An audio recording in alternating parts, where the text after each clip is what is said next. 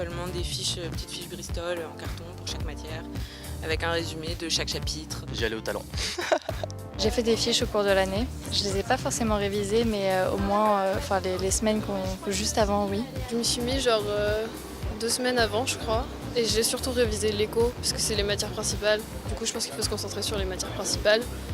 Et juste, j'ai relu tous les cours. On va dire que j'ai pas forcément eu de technique. J'y suis allé au talent comme beaucoup de bacheliers. J'ai plus fait des fiches dans toutes les matières et ça m'a pas mal aidé, je pense. J'ai fait du dernier moment pour certaines matières. Le blackout. Que j'arrive sur des sujets que je ne connais pas, mais bon, normalement j'arrive à m'en sortir. C'était d'être en retard et d'avoir faim, j'avoue.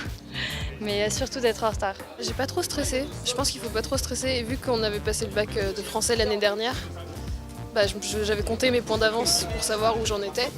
Et du coup, le jour J, j'étais pas stressée du tout et j'avais pas spécialement peur.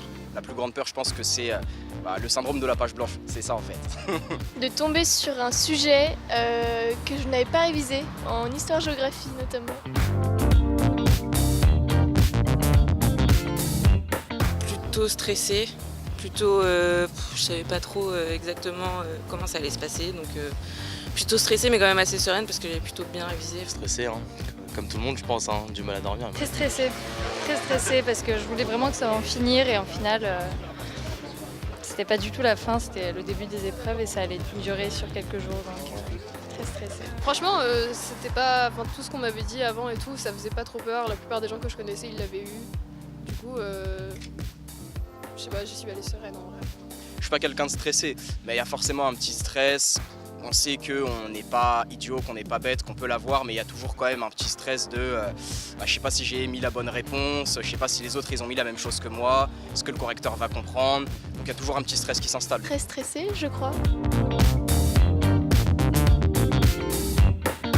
Ça va bien se passer et puis le plus dur ça vient après. Que franchement c'est simple. Franchement faut pas qu'ils se prennent la tête, très clairement. Pas s'y prendre au dernier moment.